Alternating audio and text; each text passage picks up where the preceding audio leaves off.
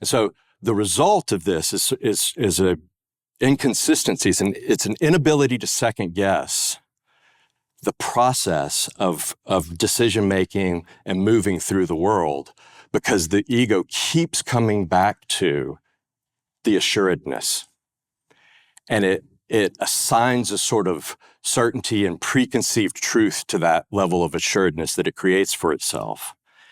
And then anything that challenges that, any person in your organization or a friend or your wife or husband, or somebody comes in and says, hey, I think you may be making a bad decision here. Or I think you don't have this just right. The ego goes, no, I can't reconceptualize this path that I'm on, because if I do, that means I might be wrong, right? And it associates might be wrong with being wrong. And the consequence of that is ultimately a sequence of catastrophic failures, because we keep insisting to ourselves that we're right, no matter what the information.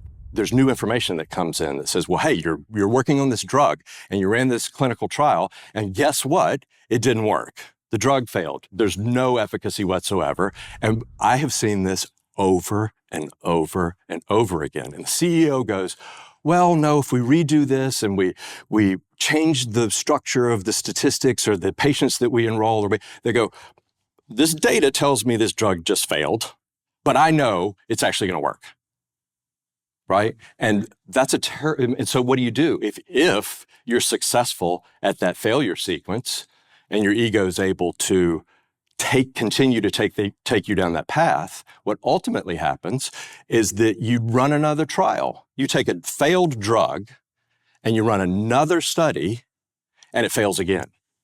Well, now instead of wasting $10 or $20 million on now you've done it twice.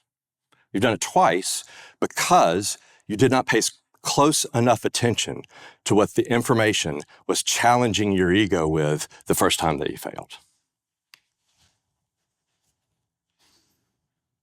So ego doesn't like second guessing.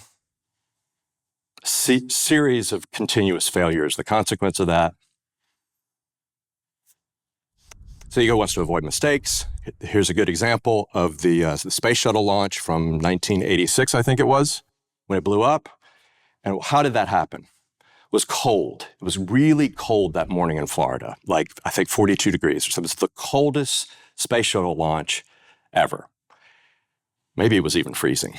And there was an engineer in Utah who had worked on the O-rings of the rocket boosters with all the fuel in them. These things, the boosters, these big white things on the side, are actually just full of rocket fuel. They're bombs about to go off, right? So everything has to go perfectly in order for those things to work. This engineer called the command control center in NASA and said, I don't think you should launch this thing. We don't know what's going to happen. He literally predicted exactly what the problem was.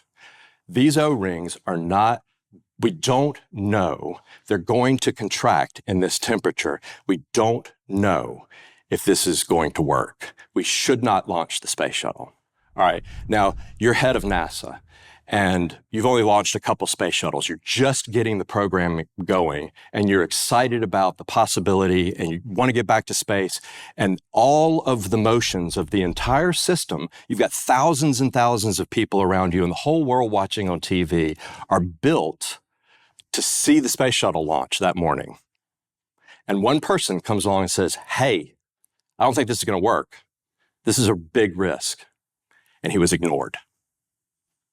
And it blew up, right? And that's a very good example of ignore the information that you don't like because it tells you something that deep down you secretly know it's true, but your ego doesn't want it to be true. So this iterates to more failure. We've covered this, and there's ultimately a way to assess the sequence of mistakes, which is, what went wrong? Were the chips stacked against me? I just bad luck with the roll of the dice? Or did I actually do something wrong? Did I do something that led to this problem? We all know what the right answer is.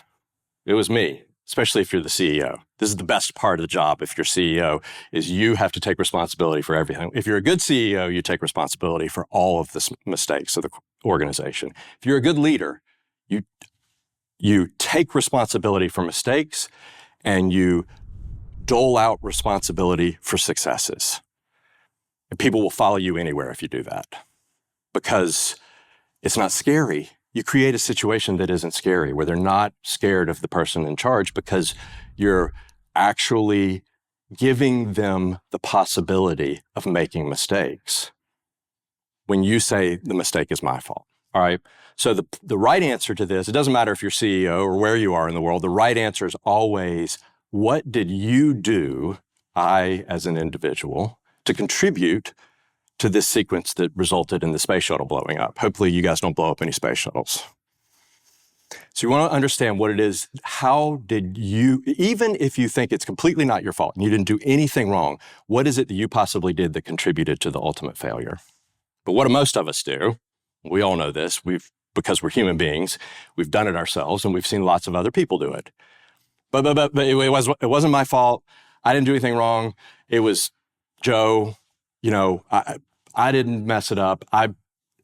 It's unbelievably common, especially in the hierarchies of the world and business, et cetera, where people don't want to, and the fundamental problem here is ultimately the ego. It associates its level of its rank in the hierarchy with more successes and fewer failures. So the ego wants to disassociate itself with failures and associate itself with successes because it perceives the world around it based on where you fit with other people, based on sort of your rank of successes and failures. And what we want to try to learn to do is the exact opposite of that.